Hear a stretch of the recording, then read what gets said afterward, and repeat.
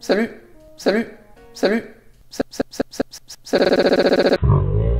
Alors, donc, aujourd'hui, je reprends les vidéos.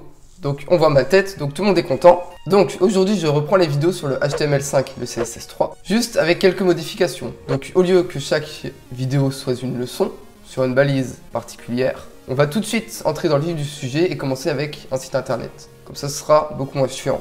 Donc, c'est parti. Alors, j'ai déjà créé un fichier codé facile. Donc, dans ce fichier codé facile, on va créer un fichier accueil. Donc, on sélectionne le fichier codé facile, Shift A, c'est pour créer un nouveau fichier. On met le nom du fichier, accueil. Ensuite, on va créer un fichier HTML qui sera le fichier de la page d'accueil. On sélectionne le dossier accueil, on appuie sur A, et là, on écrit accueil.html. Ensuite, on va faire le code minimal. Bon, le code minimal, vous le connaissez déjà, ou alors vous allez voir une de mes anciennes vidéos. Donc, je vous le mets en accéléré.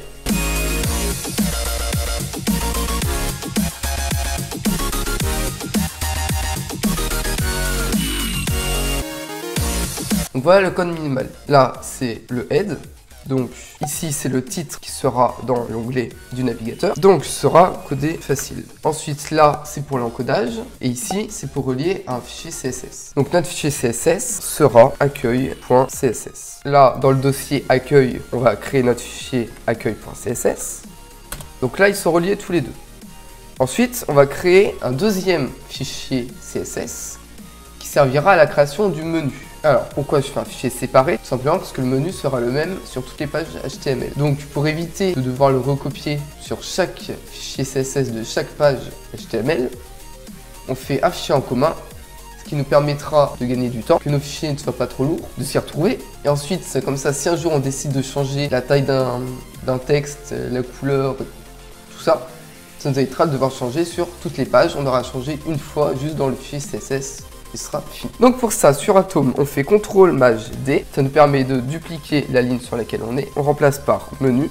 Et là, on va pas mettre notre fichier menu.css dans le même dossier que accueil. On va le faire dans le dossier codé facile. Shift A. Notre fichier s'appellera menu. Et dans le fichier menu, on appuie sur A et on écrit menu.css. Ensuite, pour relier le fichier menu.css au fichier accueil.html qui se trouve dans le dossier accueil, on va dire, on part du dossier accueil.html. On lui dit qu'il faut qu'il retourne en arrière d'un cran, comme ça. Donc deux points et un slash. Ça veut dire retourne d'une fois en arrière. Après, on lui dit d'aller dans le fichier menu et après, il prend le fichier menu.css. Donc, on va commencer, on va écrire un titre. Donc, les titres, c'est H1. Donc, vous voyez que quand j'écris les H, voilà, il y a H1, H2, H3, H4, H5, H6. Ce sont tous les 6 des titres. Le 1, c'est le plus important de tous. Le 6, c'est le moins important. Ça sert surtout pour le référencement sur Google, que Google sache si votre titre est important ou pas. Donc, le titre sera codé facile. Donc déjà, on a notre premier début de page. Voilà, on n'a que ça. C'est de la merde.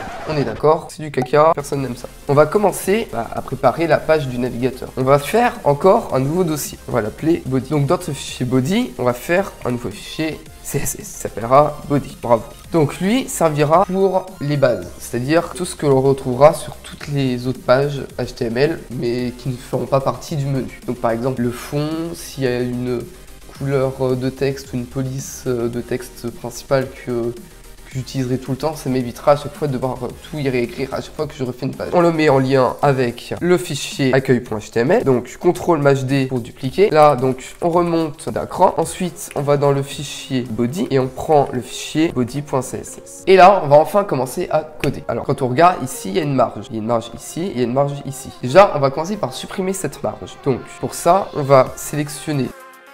Comme ça, on a nos deux fichiers ici. Donc, on va déjà sélectionner le body, virgule. On va aussi sélectionner la balise H1. Voilà, pour l'instant, il n'y a que ces deux-là. Donc, en CSS, pour pointer une balise, on peut écrire directement le nom de la balise. Donc là, par exemple, la balise body ou la balise H1. Ici, la virgule signifie que tout ce que j'écrirai entre les deux accolades se produira sur la balise body et sur toutes les balises H1 du document. Ensuite, donc, on ouvre les accolades. Tout ce qu'il y a entre, c'est ce qu'on va faire à ces balises. Donc, ici, déjà, on ne veut pas de marge. Donc, les marges, CSS, c'est margin. Deux points. Donc ça, c'est le nom de notre règle. Je sais pas trop comment dire ça. Donc on lui dit que en marge, on veut 0 pixels de marge. Donc normalement, là, hop, on n'a plus de marge. Ensuite, on va enlever le padding. Donc 0 pixels aussi. On n'oublie jamais le point virgule à la fin. Ça montre la fin de notre règle. Donc le padding. Alors, c'est un peu compliqué à comprendre au début. En fait, il faut voir les balises comme des blocs. Donc, vous avez la balise qui est le bloc.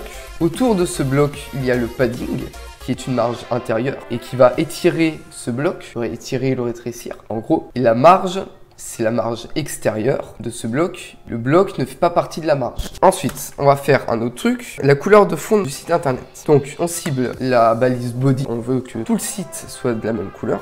Donc, pour faire un fond, c'est background. On peut aider le code à dire quel type de fond c'est. Donc nous, c'est un background color pour couleur. Ensuite, il y a plusieurs façons d'écrire la couleur. Donc soit par exemple, vous écrivez en lettres en anglais, donc par exemple red, rouge. Soit vous écrivez avec le système hexadécimal, c'est ce que je vais faire. Donc rouge, c'est comme ça. Ou alors, vous écrivez avec le système RGB, des parenthèses, et puis après, vous écrivez vos valeurs que vous voulez. Donc là, si on voulait du rouge, ce serait comme ça. Voilà. Donc moi, la couleur que je veux, c'est le gris qu'il y a au fond de mon logo. Donc, voilà. Donc c'est ce gris-là. Ensuite, je veux que tous les H1 soient de couleur blanche. Donc c'est color. Et le blanc, c'est 3F. Hop, voilà, couleur blanche. En police de texte, c'est font family. Et moi, je veux Calibri. Voilà, cette police.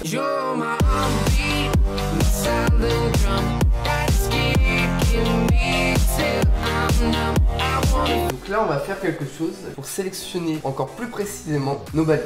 Si par exemple je veux 2 H1, il aura exactement les mêmes propriétés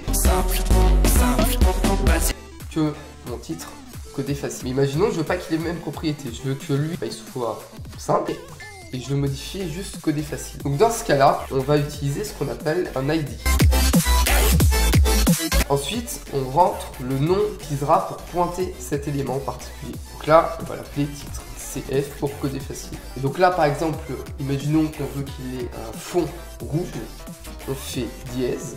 Et ensuite, le nom qu'on lui a donné.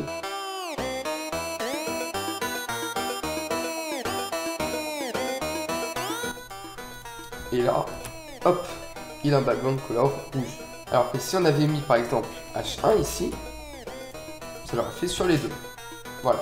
Donc maintenant, un dernier truc qu'on va faire, on va juste agrandir la taille du texte, le centrer et faire en sorte que lorsque l'on rétrécisse la fenêtre, il reste toujours au centre. Donc pour ça, déjà, on va agrandir la taille du texte. Déjà, on va utiliser, pareil, il faut utiliser beaucoup des commentaires.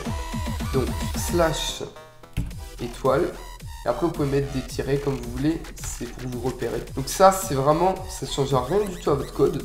Vous pouvez mettre du français, vous pouvez écrire des phrases, écrire un roman dedans si vous voulez.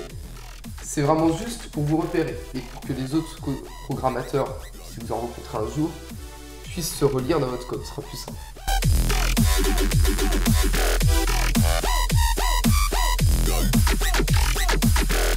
Donc, dièse, titre, CF, on ouvre les accolades, donc on va l'agrandir.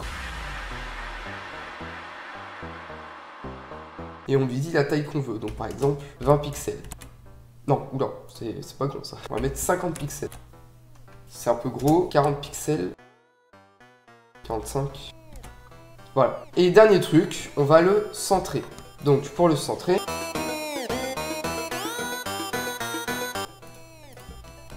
voilà. Et donc là, comme vous allez pouvoir le constater, et voilà, quand je réduis ma fenêtre ou que je l'agrandis, le texte s'adapte et se met toujours au centre de ma fenêtre. Donc voilà pour ce tout premier cours, entre guillemets, HTML5, CSS3.